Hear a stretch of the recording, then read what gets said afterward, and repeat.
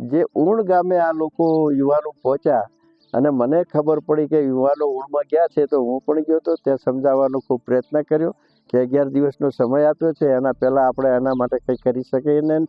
ઊન ગામ પર ચૌધરી સમાજ અને રબારી સમાજના યુવાનો ઝઘડ્યા. બબાલ એટલી બધી મોટી થઈ ગઈ કે આખું ગામ પોલીસ છાવણીમાં ફેરવાઈ ગયું. અને પછી અંતે શું વાત થઈ? અંતે વાત એ થઈ કે બધું યુવાનોના આક્રોશના કારણે થયું. કોઈ એ વાત નથી કરી રહ્યું કે યુવાનો આક્રોશિત થયા કેમ, યુવાનો કયા ભાષણો સાંભળી અને યુવાનો કેમ આક્રોશિત થઈને ગામ પર તૂટી પડ્યા, એ વિષય પર કોઈ વાત નથી કરી રહ્યું. 16 લોકો સામે નામજોગ ફરિયાદ નોંધાઈ છે, બાકી 1000થી વધુના ટોળા પર ફરિયાદ નોંધાઈ છે. એમાં તમે નામ જોશો તો તમને ખબર પડશે કે ચૌધરી સમાજના આગેવાન અને 2 પત્રકારના નામ પણ એમાં જ છે. આગેવાનોમાં જે મહિલા ગાડી પર ચડીને બોલી રહ્યા હતા, જે ઉગ્ર ભાષણે આપી રહ્યા હતા, એના કારણે અનેક લોકોએ એવું કહ્યું કે આ બધા, પોલીસે પણ એવું જ કહ્યું કે ઉગ્ર ભાષણ આપવા બદલ આ લોકોની સામે ફરિયાદ થઈ છે, એટલે લોકોને ભીડને ભડકાવવા બદલ.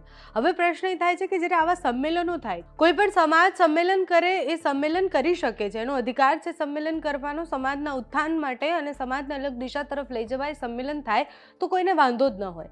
પણ રૂની ગામમાં જે સંમેલન થયું, એ સંમેલનમાં જેટલા પણ લોકો માઇક લઈને બોલી રહ્યા હતા, એ બધા એવું જ કહી રહ્યા હતા કે અમને અમારી દીકરી પાછી જોઈએ છે.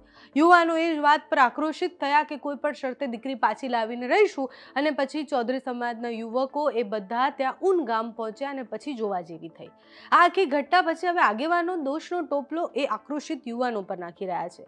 એ લોકો એવું કહી રહ્યા છે કે અમુક યુવાનો એવા હતા કે જે આક્રોશિત થઈને ગયા, પણ એ આક્રોશિત થયા એની પાછળના કારણો તો આ છે. અત્યારે જેટલા પણ લોકો સામે ફરિયાદ થઈ છે, આજ નહીં તો કાલે ફરિયાદમાંથી બહાર આવી જશે. પણ પ્રશ્ન એ થાય છે કે જે ટોળા સામે ફરિયાદ થઈ છે, જે સામાન્ય ચૌધરી સમાજના અને રબારી સમાજના યુવાનો છે, એમના ભવિષ્ય સામે બહુ જ બધા સવાલો થાય. કારણ કે એમને આગળ જતાં કંઈક કરવાનું છે, પોલીસના ચોપડે નામ છે, તો તકલીફ એમને પડવાની છે. એટલે એક દીકરીને પાછી લાવવાનું જે હર્ટ હોય, એ દીકરીને પાછું નથી આવું. દીકરી તો એવો વિડીયો બનાવીને કહે જ છે કંકુબેન કે હું મારા ઘરમાં ખુશ છું અને મારું બાળક છે 1 વર્ષનું. એ દીકરી તો ના પાડી રહી છે. એ દીકરી વિનંતી કરી રહી છે કે મારા કારણે ન ઝઘડો. પણ જ્યારે સમાજ અને આપણા સમાજના અહંકાર પર આવી જઈએ આપણે કે અમારો સમાજ મોટો છે કે અમે આ કરી બતાવીશું, ત્યારે આવી સ્થિતિ થતી હોય છે. રબારી સમાજના આગેવાનોએ જ્યારે એવું કહ્યું હતું કે દીકરીને પાતાળમાંથી શોધીને લાવીશું, એ પણ અહંકાર હતો. અને આજે જ્યારે ચૌધરી સમાજના આગેવાનો પણ જ્યારે બોલી રહ્યા હતા કે રબારણ લઈ ગયા છો તો અમારી દીકરી અમને પાછી આપો, એ પણ એક અહંકાર જ છે. કયો સમાજ શું કરી શકે એ બતાવી દેવાની ભાવના પછી આ પરિસ્થિતિ સર્જાઈ છે. પોલીસ હવે કાયદાકીય કાર્યવાહી કરવાની છે. જેને કાયદે ઠેબે ચડાવ્યું હતું એ બધા સામે કાર્યવાહી થશે. પણ આગેવાનો હવે હાથ ઊંચા કરીને એવું કહી રહ્યા છે કે એ તો અમુક યુવાનો આક્રોશિત થયા અને એટલે આખી ઘટના બની છે. તો આગેવાનો શું કહી રહ્યા છે, અણદાભાઈ ચૌધરી જે છે એમની પ્રતિક્રિયા સામે આવી છે, બીજા ચૌધરી સમાજના આગેવાનની પ્રતિક્રિયા સામે આવી છે, તે સાંભળીએ. ગઈકાલે જે ઊણ ખાતે જે મિટિંગ મળી હતી ચૌધરી સમાજની આ દીકરીને ભગાડી જવાના પ્રશ્ન માટે, એની અંદર જે સમાજના આગેવાનો હતા એ બધા ચર્ચા વિચારણા અંતે એવું નક્કી કરવામાં આવ્યું હતું કે દેસાઈ સમાજને 11 દિવસનો આપણે ઊણ ખાતે સમય આપી અને 11 દિવસમાં આના માટે એ પ્રયત્ન કરી અને દીકરી પરત આપી દઈશ.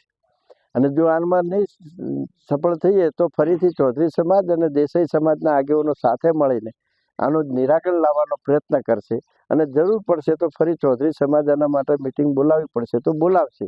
એવું નક્કી કર્યા પછી જે ઊણ ગામે આ લોકો યુવાનો પહોંચ્યા અને મને ખબર પડી કે યુવાનો ઊણમાં ગયા છે, તો હું પણ ગયો હતો. ત્યાં સમજાવવાનો ખૂબ પ્રયત્ન કર્યો કે 11 દિવસનો સમય આપ્યો છે, એના પહેલાં આપણે આના માટે કંઈ કરી શકીએ નહીં.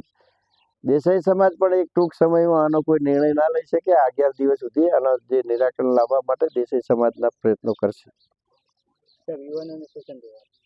યુવાનોને પણ આજે કહું છું કે જ્યારે જ્યારે કોઈ પણ સમયે જરૂર પડે ત્યારે યુવાનો સંગઠિત થઈને આવતા હોય છે. પણ યુવાનોને જ્યારે કોઈ સામાજિક આગેવાન અપીલ કરતો હોય કે આજે આપણે આટલેથી બંધ કરવાનું છે કે આટલેથી આ વાતને પડતી મૂકવાની છે, તો એવું યુવાનોએ માની જવું પડે.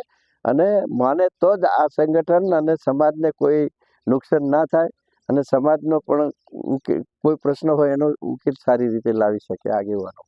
ગઈકાલની ઘટના જે બની એ ખરેખર સમાજ માટે આવું ન થવું જોઈએ. એનું કારણ કે કોઈ બી વસ્તુનો ન્યાય લેવા માટે ન્યાયની રીતે આવે છે. કારણ કે કોઈ ઝઘડા કરવાથી કે કોઈ એકબીજા ગામમાં જવાથી કોઈ એનો ન્યાય મળતો નથી. યુવાનોને પણ અમારી એક અપીલ છે કે ખરેખર શાંતિપૂર્વક કોઈ બી વસ્તુમાં આપણે જે તે ન્યાય માટે ભેગા થઈએ તો ભેગા થઈને કોઈ આગેવાન આપણા કહે કે ખરેખર આ રીતે આપણે કમ્પ્લીટ જે તે 10થી 15 દિવસમાં કે અઠવાડિયાની અંદર આનો નિર્ણય આવશે તો આપણે એટલેથી થોડીક બ્રેક મારવી પડે અને આગેવાનોનું પણ આપણે સ્વીકારવું પડે અને આવા આક્રોશમાં આવી અને ખરેખર એકબીજા સમાજને નુકસાન થાય એવું પગલું ન ભરાય એવી અમારી એક અપીલ છે.